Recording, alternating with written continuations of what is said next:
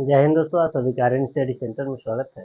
तो दोस्तों, आज के वीडियो में हम लोग लाइन्स एंड एंगल्स चैप्टर पढ़ेंगे, जिसमें कि हमने कुछ इंपॉर्टेंट पॉइंट्स यहाँ पे लिख रखा है दोस्तों। तो इस पॉइंट्स को हम लोग समझेंगे पूरा बारीकी तरीके से। वीडियो थोड़ा लंबा हो सकता है, तो वीडियो को आप लोग पूरा देखेंगे, क्योंकि इस पूरे वीडियो में हम लोग लाइन्स एंड एंगल चैप्टर का पूरा कंप्लीट सभी पॉइंट्स के बारे में हम लोग जानेंगे। इंपॉर्टेंट पॉइंट्स है दोस्तों ये सभी। ये ये वीडियो दोस्तों क्लास 7, 8, 9 एंड 10 के बच्चों के लिए इम्पोर्टेंट होने वाला है। तो आइए हम लोग देखते हैं। लाइन लाइन क्या होता है दोस्तों? लाइन पढ़ेंगे तो एक ऐसा कर्व जो स्ट्रेट हो, ये एक लाइन है दोस्तों, जिसके नो एंड पॉइंट होते हैं, मतलब कि जीरो एंड पॉइंट। ये इसमें ये एरो टाइप से दिया गया है। इधर ये एंड पॉइंट होने वाला नहीं है, ये भी एंड नहीं होगा, ये भी इधर बढ़ता रहेगा, ये भी इधर बढ़ता रहेगा। तो ये एंडलेस कर्व होते हैं दोस्तों, इसको हम लोग लाइन कहते हैं। तो इसके बाद हम लोग लाइन के बारे में हम लोग समझ सकते हैं कि लाइन में जीरो एंड पॉइंट होते हैं,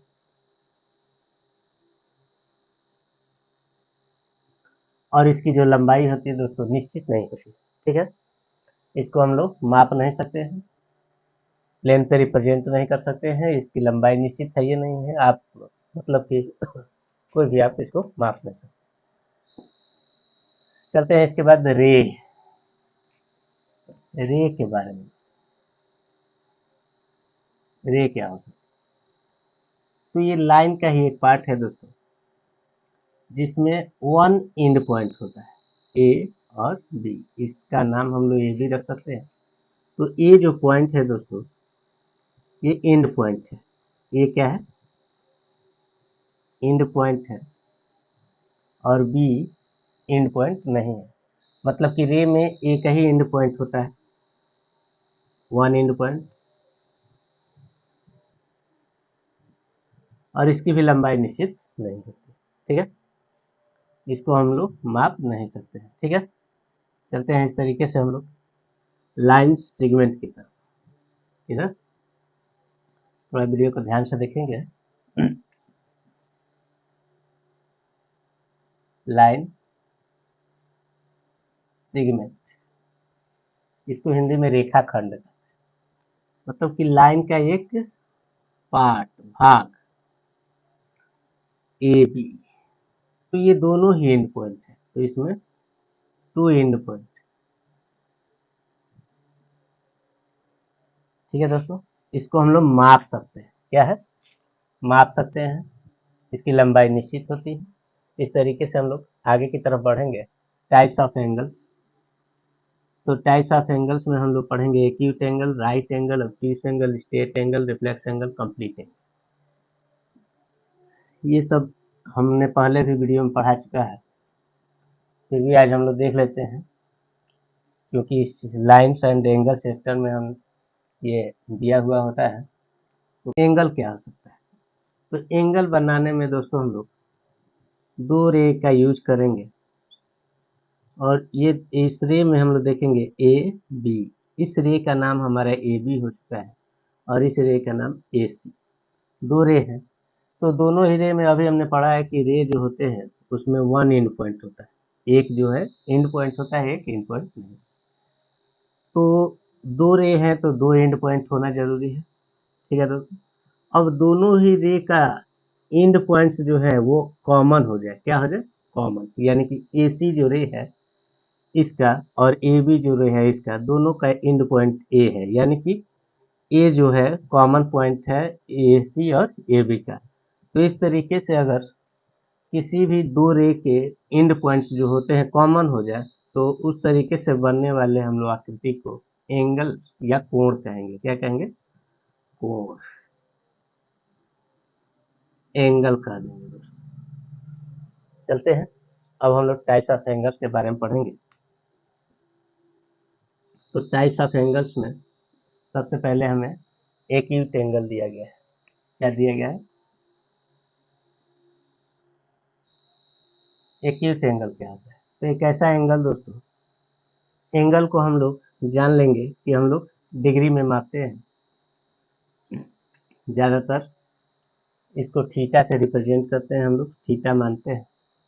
तो मान लीजिए कि इस एंगल का माप थीटा है, तो थीटा जो है दोस्तों 0 डिग्री से अधिक होगा और 90 डिग्री से कम होगा।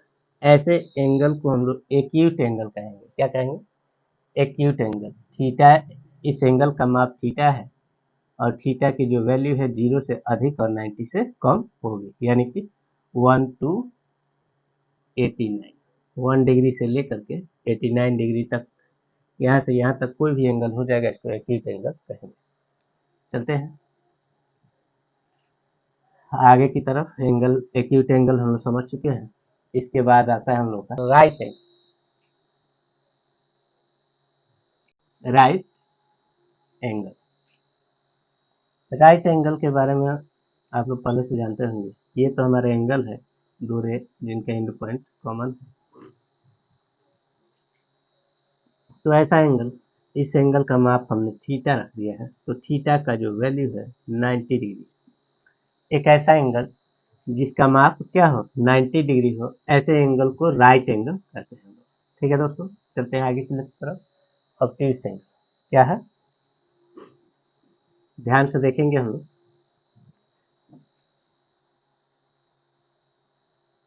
ऑब्ट्यूज एंगल, तो इसमें देखेंगे दोस्तों, ये हमारा एंगल बन चुका है और ये हम इसको थीटा में रिप्रेजेंट करेंगे। तो थीटा की जो वैल्यू है 90 डिग्री से अधिक होनी चाहिए और 180 डिग्री से कम।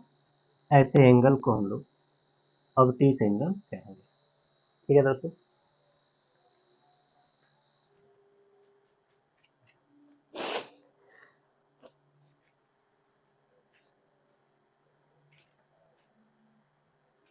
अब हम लोग चलते हैं आगे की तरफ। State angle, state angle, angle तो हम बहुत अच्छी तरीके से समझ चुके हैं।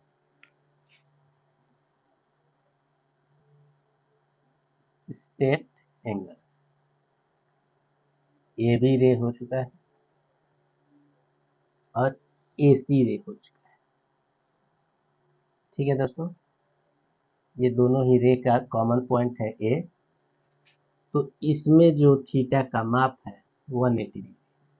ऐसा एंगल जिसका माप 180 डिग्री के बराबर हो, ऐसे एंगल को स्टेट एंगल कहते हैं। अब हम लोग बढ़ेंगे रिफ्लेक्स एंगल की तरफ।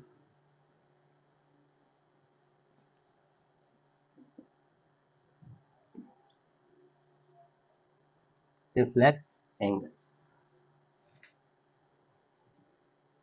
ए बी और ए सी, देख सकते हैं आप, ये हमारे एंगल का माप है थीटा। तो थीटा की जो वैल्यू है दोस्तों क्या होनी चाहिए, 180 से अधिक और 360 से कम, 360 डिग्री से कम होगा। ऐसे एंगल को हम लोग, ऐसे एंगल को रिफ्लेक्स एंगल कहेंगे।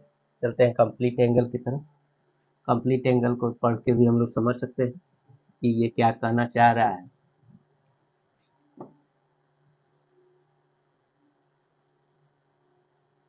कंप्लीट एंगल, इसमें देखेंगे हम लोग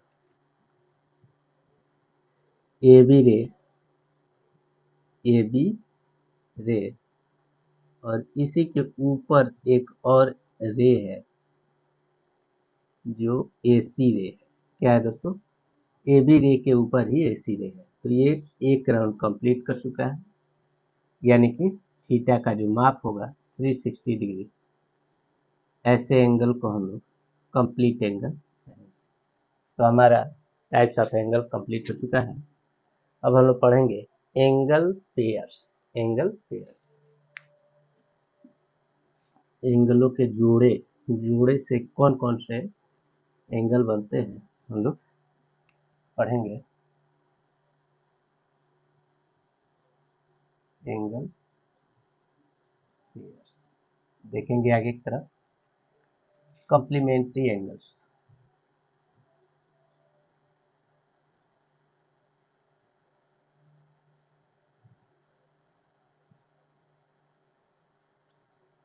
एंगल्स तो जिसमें किसी भी दो एंगल का सम अगर 90 डिग्री हो रहा है, एक एंगल का माप हम लोग थीटा ले लेते हैं और एक एंगल का माप फाई ले लेते हैं, तो अगर दोनों ही एंगल को जोड़ते हैं 90 डिग्री आ जा रहा है, तो ऐसे दोनों एंगलों को हम लोग, ऐसे दोनों ही एंगल्स को कॉम्प्लीमेंट्री एंगल्स कहेंगे। बात समझ में आ रही होगी तो वीडियो को लाइक कर देंगे और चैनल को सब्सक्राइब भी करेंगे।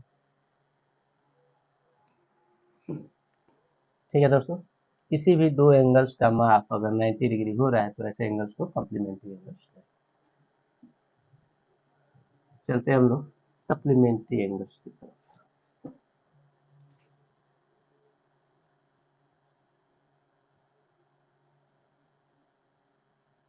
सप्लीमेंट्री एंगल्स तो यहाँ पे हमने एक एंगल का माप थीटा ले लिया और एक एंगल का माप फाई ले लिया। अगर दोनों को जोड़ते हैं 180 डिग्री आ रहा है, सॉरी 180 डिग्री आ रहा है, तो ऐसे एंगल्स को हम लोग सप्लीमेंट्री एंगल्स कहेंगे। ठीक है, अब हम लोग एडजेसेंट एंगल के बारे में पढ़ेंगे कि एडजेसेंट एंगल क्या है।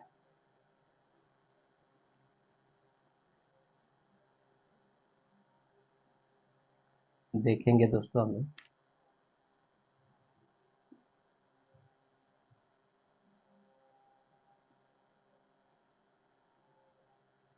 Adjacent angles.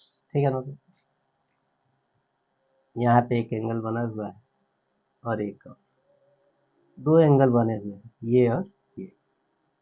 आपसे पूछा जाए ए बी सी डी, ये बनी हुई आकृति में कितने एंगल्स हैं, तो आप यहाँ पे बोल सकते हैं एक एंगल, दो एंगल और थ्री। ठीक है ना दोस्तों, तो इसमें से एडजेसेंट एंगल कौन कौन से हैं, तो एंगल बी ए सी देख सकते हैं और एंगल सी ए डी ही आपस में एडजेसेंट एंगल्स है। एक और एंगल इसमें बन रहा है एंगल बी ए डी। तो बी ए डी जो एंगल है दोस्तों, ना ही बी ए सी का एडजेसेंट है और ना ही सी ए डी का है। ये किसी भी एंगल्स का एडजेसेंट एंगल नहीं है। हम लोग यही समझेंगे कि ये एंगल और ये एंगल आपस में एडजेसेंट एंगल होते हैं। इसमें क्या होता है कि जो कॉमन रे है इसमें,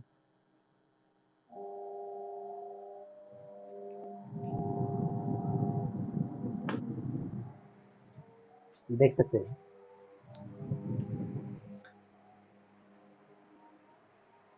तो नॉन कॉमन रे जो है, कॉमन रे के अपोजिट साइड में होने चाहिए। तो ये कॉमन रे है और ये दोनों नॉन कॉमन है, क्योंकि दोनों ही एंगल में यूज होने वाला रे एसी है। तो एसी रे को कॉमन रे कहेंगे और ए बी और ए डी जो है नॉन कॉमन रे। तो नॉन कॉमन रे जो है कॉमन रे के अपोजिट साइड में होने चाहिए। तो ऐसे ही एंगल्स को हम लोग एडजेसेंट एंगल्स कहेंगे। चलते हैं आगे की तरफ, linear pair of angle.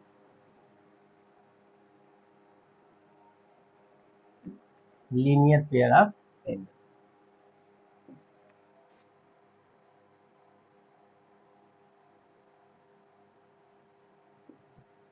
Linear pair of, ठीक है दोस्तों। तो लीनियर पेयर ऑफ एंगल्स में हम लोग देख सकते हैं कि दो एडजेसेंट एंगल्स है, दो एडजेसेंट एंगल्स है जिसमें कि नॉन कॉमन रे जो है अपोजिट डायरेक्शन में, एक दूसरे के अपोजिट डायरेक्शन में। ठीक है दोस्तों, तो इसको हम लोग लीनियर पेयर ऑफ एंगल कहेंगे। यदि इसका माप थीटा और इसका माप फाई होता है, तो थीटा प्लस फाई को ऐड करेंगे हम लोग तो 180 डिग्री आता है। इसको लीनियर पेयर ऑफ थ्योरम भी कह सकते हैं, लीनियर पेयर ऑफ एंगल्स। ठीक है, इस तरीके से हमारा एंगल पेयर्स खत्म हो चुका है। चलते हैं हम लोग इंटरसेक्टिंग लाइंस की तरफ। वीडियो थोड़ा लंबा होगा। फिर भी आप वीडियो को पूरी तरीके से देखेंगे।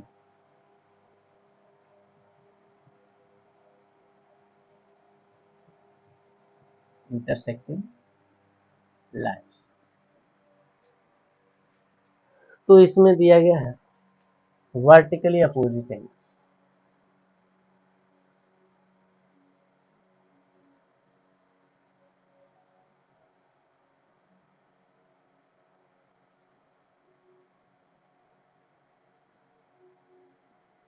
वर्टिकली अपोजिट एंगल्स मतलब कि दो ऐसी लाइन जो एक दूसरे को किसी एक पॉइंट पे कट करती है।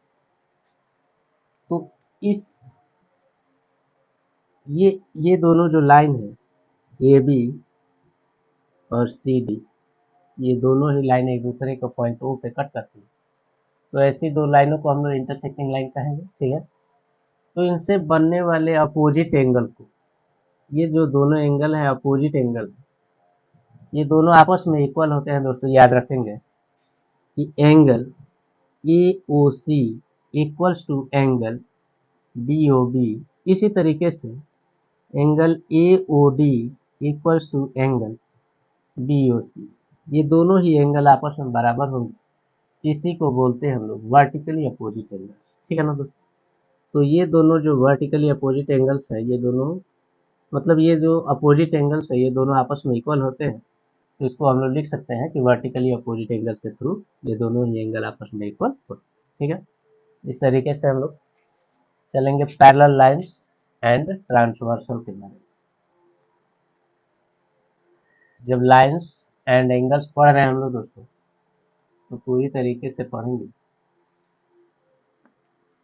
एक ही वीडियो में ये सभी इंपॉर्टेंट पॉइंट्स जो कि क्लास 7, 8, 9 और 10 के लिए इम्पोर्टेंट है।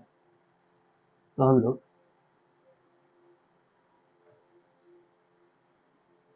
Parallel lines and intersecting lines, parallel lines and transversal पढ़ेंगे। ट्रांसवर्सल और पैरेलल लाइंस, तो पैरेलल लाइंस तो हम लोग जानते हैं, लाइन का नाम एल और एम रख सकते हैं। तो लिखेंगे कि एल पैरेलल टू एम, इस तरीके से इसको लिख सकते हैं। ये दोनों ही लाइन आपस में पैरेलल है, और ये एक ऐसी लाइन जो दोनों ही लाइनों को कट करती है, ठीक है। दोनों ही लाइनों को काटने वाली लाइन को हम लोग ट्रांसवर्सल कहते हैं, इसको टी से रिप्रेजेंट करते हैं। तो इनमें बनने वाले एंगल्स, एक ये एंगल बन रहा है, एक ये, ठीक है दोस्तों, आप लोग देख सकते हैं। तो इसका नाम 1 2 3 4 5 6 7 8। तो बनने वाले एंगल जो हैं, उन एंगल्स के क्या क्या नाम हो सकते हैं, यानी कि ये करस्पॉन्डिंग एंगल्स। तो एंगल 1 और एंगल 5 जो है दोस्तों, इसको करस्पॉन्डिंग एंगल कहेंगे, और ये दोनों ही एंगल आपस में इक्वल होंगे क्योंकि ये लाइन एल और एम आपस में पैरेलल। तो पैरेलल लाइनों के सभी corresponding angles, alternate interior angles, alternate exterior angles आपस में इक्वल होते हैं। और को इंटीरियर एंगल ये भी हम लोग जानेंगे। तो 1 और 5 करस्पॉन्डिंग एंगल्स होंगे,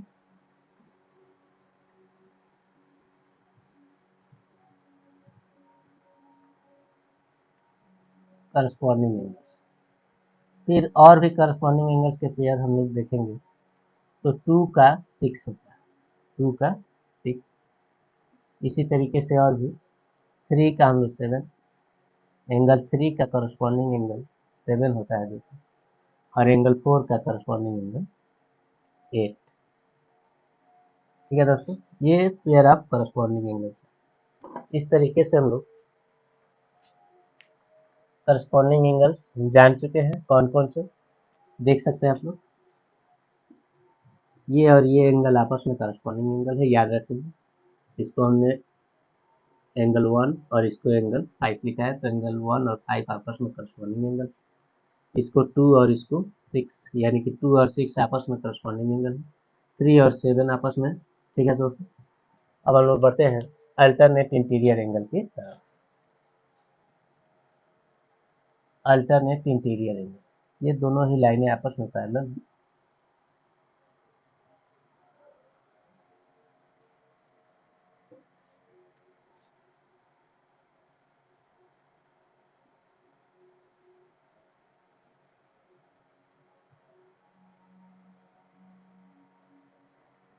अल्टरनेट इंटीरियर एंगल्स कौन कौन से हैं? ये तो नाम हमने लिखा है 1 2 3 4 5 6 7। अब अल्टरनेट इंटीरियर, इंटीरियर मतलब कि आंतरिक, अंदर का, ठीक है दोस्तों। अंदर के एंगल्स में अल्टरनेट इंटीरियर एंगल्स कौन से हैं? तो अपोजिट डायरेक्शन में जो एंगल्स बन रहे हैं, तो एंगल 3 जो है एंगल 5 का अल्टरनेट इंटीरियर एंगल्स का पेयर है, और एंगल 4 का एंगल 6, एंगल 4 का एंगल 6, ये दोनों ही जो जोड़े बने हैं हमारे पास pair of alternate interior angles, ठीक है ना दोस्तों।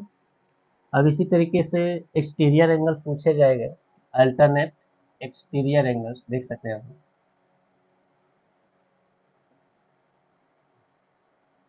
एक्सटीरियर एंगल मतलब कि बाहरी का, बाहर का, तो इसको मिटा देंगे हम, ये हमारा इंटीरियर का था। तो एंगल 1 का अल्टरनेट एक्सटीरियर एंगल एंगल 7 हो जाएगा। ये पेयर ऑफ एक्सटीरियर एंगल्स है, अल्टरनेट एक्सटीरियर एंगल्स। और एंगल 2 का एंगल 8 हो जाएगा, ठीक है दोस्तों। अपोजिट डायरेक्शन में मतलब कि ये जो ट्रांसवर्सल है इसके अपोजिट साइड वाले एंगल, और एक्सटीरियर मतलब कि बाहर का, यानी कि 2 का 7 जो है सेम साइड में है, तो 2 का 7 अल्टरनेट एक्सटीरियर एंगल नहीं कहलाएगा, 2 का 8 ही अल्टरनेट एक्सटीरियर एंगल कहलाएगा। इसी तरीके से एंगल 1 का अल्टरनेट एक्सटीरियर एंगल 7 कहलाएगा, ठीक है दोस्तों। अब हम लोग को इंटीरियर एंगल के बारे में पढ़ेंगे।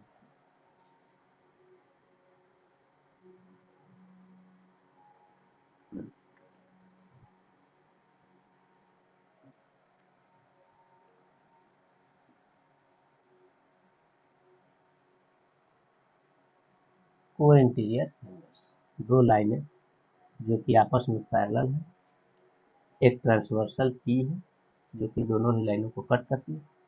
तो को इंटीरियर एंगल सह आंतरिक एंगल, आंतरिक मतलब कि अंदर के, और सेम साइड में मतलब कि ट्रांसवर्सल के सेम साइड में जो एंगल बन रहा है इसका थीटा हम लोग क्या लिखे थे 1 2 3 4, ये 4 हो जाएगा और ये 5।